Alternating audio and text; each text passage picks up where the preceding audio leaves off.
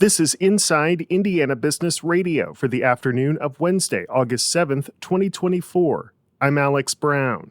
Hospital stays often involve multiple sticks and blood draws. Now, Fort Wayne-based Parkview Health is using a new tool to help reduce the amount of sticks a patient experiences by using the Pivo device, a needle-free, single-use device that connects to a patient's IV, allowing a nurse to do blood draws. I work in the OR all the time, and there are emergent cases where we need lab right now, and they're not OR ready. So having a nurse being able to draw those labs right now, we can get them sent to lab, decreasing any delays, and then also it can improve our patient outcomes. Parkview labor and delivery nurse Teresa White. The health system is using the device in family birthing centers at Parkview Regional Medical Center and Parkview Randalia Hospital. South Bend International Airport will soon have new service to Florida. Breeze Airways plans to launch nonstop flights to Orlando and Fort Myers in November and February, respectively. South Bend is Breeze's second city in Indiana. The airline launched service to Orlando from Evansville earlier this year.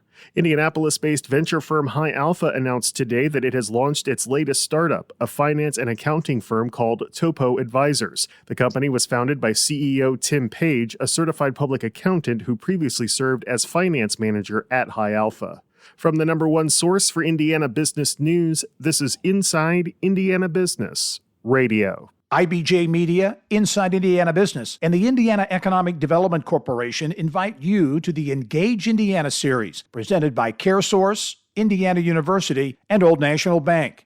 With an unrelenting focus on growing Indiana's economy, we'll dive into each region's unique challenges and distinct opportunities for growth. 9 regions, 1 goal. Indiana's bold future starts here. Discover more and register at ibj.com/engage. A new beginning is on the horizon for Elkhart's Benham neighborhood. City officials, the Greater Elkhart Chamber of Commerce, and the University of Notre Dame School of Architecture will hold a public session to present the key recommendations and findings in the Benham Neighborhood Plan tomorrow. Chamber President Levon Johnson says the plan includes strategies for economic development, community engagement, and housing development. And as you start to build a commercial district of places for people to stop, and want to stop and need to stop to gather, to shop, to enjoy amenities.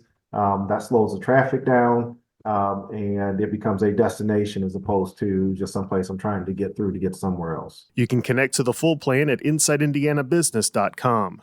Visitors to corn mazes across the country are finding a familiar and joyous figure in the winding labyrinth of tall stalks, Snoopy. More than 80 farms in the U.S. and Canada have teamed up with Peanuts Worldwide to create Peanuts-themed mazes to celebrate the beloved comic strip's 75th birthday this summer and fall. A massive Snoopy rests atop of his doghouse in a maze at Dulles Tree Farm in Thorntown, Indiana.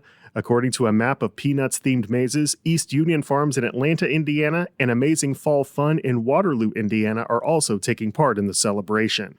The mazes, which span 35 states and provinces, are expected to attract more than 2 million visitors in total. After 12 years at Victoria National Golf Club in Newburgh, the Corn Ferry Tour Championship will take place beginning next month at the Pete Dye Golf Course at French Lick Resort. Ron Romaine, executive chairman of Evansville-based United Companies, says the event generates approximately $10 million in economic impact. I'm really pleased with the fact we started out in Evansville, and I wanted to do something that would have an impact in that southwest Indiana region, and moving it up here really gives us a little more of a statewide feel. This tournament is broadcast in 185 countries around the world on the Golf Channel, so we get good exposure for Indiana, for southwest Indiana. Previous events have drawn about 25,000 people to southwest Indiana. The Corn Ferry Tour is the developmental system for the PGA Tour. The championship runs September 29th through October 6th. Longtime media personality Pat Carlini is this week's guest on the Business and Beyond podcast with Gary Dick, presented by PNC, a weekly conversation with high-profile Hoosiers in business, sports and entertainment, and beyond. Available now from your favorite podcast provider.